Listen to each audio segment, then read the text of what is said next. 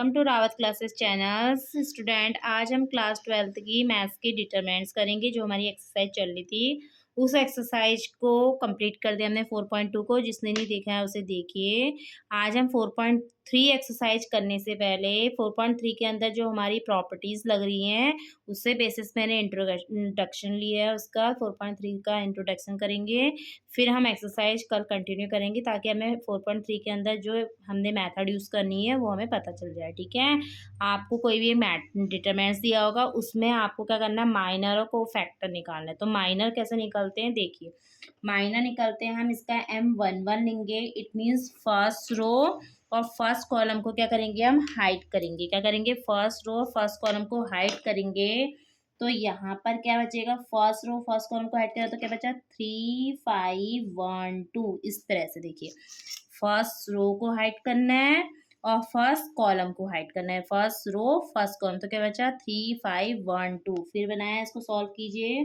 कितना आ जाएगा यहाँ पर, 3 2 जा 6, ऐसे जाने में क्या होता है माइनस का, 5 1 जा 5। कितना आ गया यहाँ पर 1। ये निकला इसका एक माइनर। ठीक है, अब 1 M12 मतलब फर्स्ट रो और सेकंड कॉलम हाइट। तो क्या बचेगा यहाँ पर 2 5 0 2। 2 2 जा 4, माइनस का 0 से 5 के मल्टीप्लाई 0, तो कितना आया 4। ठीक है, M13 first row third corner height. तो क्या बचेगा हमारा 2 3, देखिए क्या बचेगा हमारा 2 3 0 1। ठीक है, 2 3 0 1, तो कितना आ गया 2 1 जा 2, माइनस का 0 की 3 से मल्टीप्लाई करिए 0, तो कितना आ गया 2। अब हमारी फर्स्ट रो कंप्लीट हो गई है। अब हम लेंगे सेकंड रो। सेकंड रो में क्या आएगा 2 1। 2 1 मतलब सेकंड रो हाइड करना है फर्स्ट कॉलम को। तो क्या बचा हमारा 2 3 1 2। तो 2 2 जा 4, माइनस 3, 4 में से 3 क्या कितना आएगा 1। फिर आएगा हमारा 2 2, मतलब सेकंड रो सेकंड कॉलम को हाइड करना है, सेकंड रो और सेकंड कॉलम। तो क्या बचेगा हमारा 1 3 0 2। ठीक है, सेकंड कॉलम और सेकंड रो और सेकंड कॉलम सॉल्व कीजिए। कितना आएगा 2 1 जा 2, माइनस 0 की 3 से करी 0, तो कितना आ गया हमारा 2। अब क्या लेंगे हम M23। M23 में क्या आएगा, सेकंड रो और थर्ड कॉलम। सेकंड रो और थर्ड कॉलम, तो क्या बचा 1 2 0 1। 1 की 1 से करी तो 1 1 जा 1, और ऐसे जाने पर 0, तो कितना आ गया यहाँ पर 1। अब हमारा सेकंड रो भी कंप्लीट हो गई। अब हम करेंगे थर्ड रो। थर्ड रो में क्या आएगा M31। M31 में क्या आएगी, थर्ड कॉलम हाइड होगी और फर्स्ट कॉलम भी। ठीक है, इस तरह से ये हाइड होगी। तो क्या बचेगा आपका 2 3 3 5। क्या बचेगा 2 3 3 5। फिर सॉल्व कीजिए। सॉल्व करने में क्या होगा 2 5 जा 10, माइनस का 3 3 जा 9, कितना आया यहाँ पर 1। अब M32 में थर्ड रो सेकेंड कॉलम। तो क्या बचा 1 2 1 2 3 5। ठीक है, क्या थर्ड रो सेकंड कॉलम। तो 5 1 जा 5, 3 2 जा 6, तो इसमें से इसको सब्ट्रैक्ट करा तो कितना आएगा माइनस का 1। अब M33 third row third column, तो क्या आएगा 1 2 2 3। तो कितना हो गया 3 1 जा 3 और 2 2 जा 4, तो कितना आ गया माइनस का 1।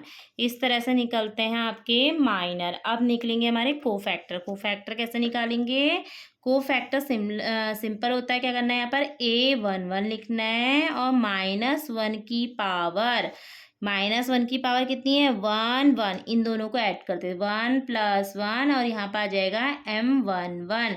तो इसकी पावर कितनी होगी 2। M11 की वैल्यू कितनी है हमारी 1, वैल्यू पुट कर दी। -1 का स्क्वायर कितना हो गया +1 × 1, तो कितना आ गया यहाँ पर 1। ठीक है, अब A12 यहाँ पे क्या आएगा -1 की पावर 1 में 2 ऐड, 1 + 2, यहाँ कितना हो गया M12।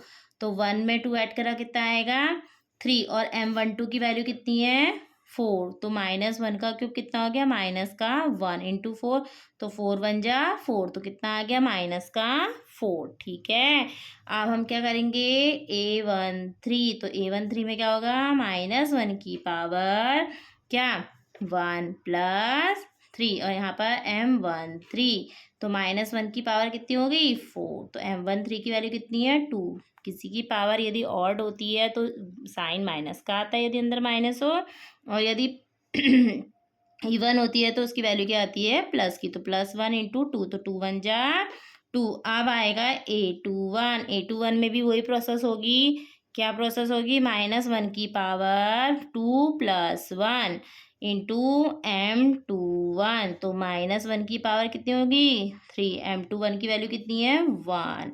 वैल्यू, इसकी वैल्यू ये ऑड है तो यहाँ कितना आएगा, -1 इंटू 1, तो कितना हो गया, इंटू 1 +1 है, ठीक है, -1।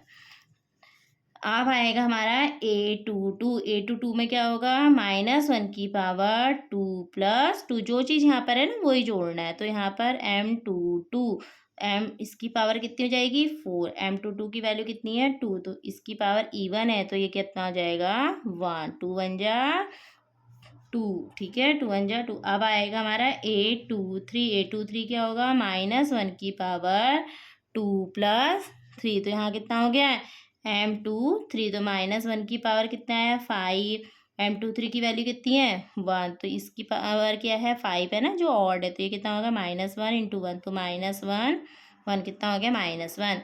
अब आया A31, -1 की पावर 3 + 1, तो M31, ठीक है, तो -1 की पावर कितना हो गया, 3 में 1 ऐड करा कितना है, 4, M31 कितना है, 1, तो ये कितना है, E1, तो ये हो गया 1, तो 1 1 जा 1। अब आएगा A32 की पावर कितना हो गया, -1 की पावर 3 + 2 M32, इसकी पावर कितनी हो जाएगी, 5, और M32 कितना है, -1, तो ये पावर ऑड है, तो कितना हो गया, -1 इंटू -1, माइनस माइनस प्लस, तो कितना हो गया, 1 1 जा 1।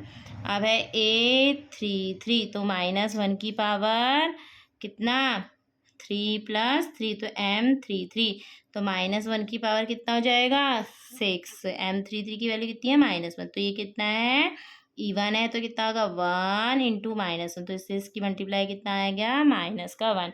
ऐसे निकलते हैं माइनर और कोफैक्टर, ठीक है। कोफैक्टर का जनरल फॉर्मूला क्या होता है हमारा, जनरल मतलब जहाँ से फॉर्मूला बनता है, ठीक है। फॉर्मूला जो है हमारा जनरल फॉर्मूला इसका बनता है AIJ = -1 की power I + J into MIJ, ये है जनरल फॉर्मूला। आई क्या है यहाँ पर, रो है, और जे जो है आपका क्या है, कॉलम है, ठीक है।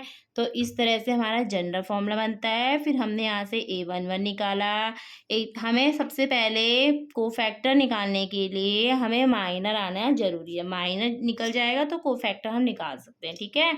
माइनर के लिए प्रोसेस मैंने बता दिया है। यदि M11 निकालना है तो आप फर्स्ट रो को और फर्स्ट कॉलम को हाइड कर दीजिए, ऐसे हाइड करने के बाद जो मैट्रिक्स मिली उसको हम सॉल्व करेंगे, ठीक है। ऐसे आगे को प्रोसेस करेंगे।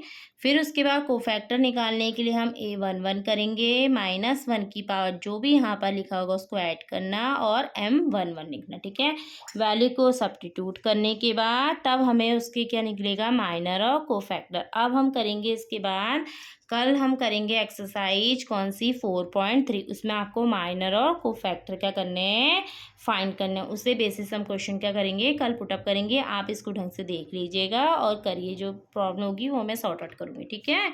अब हम एक्सरसाइज ये वाली करेंगे, कौन सी, 4.3, इसी से बेसिस है, ठीक है। Thank you.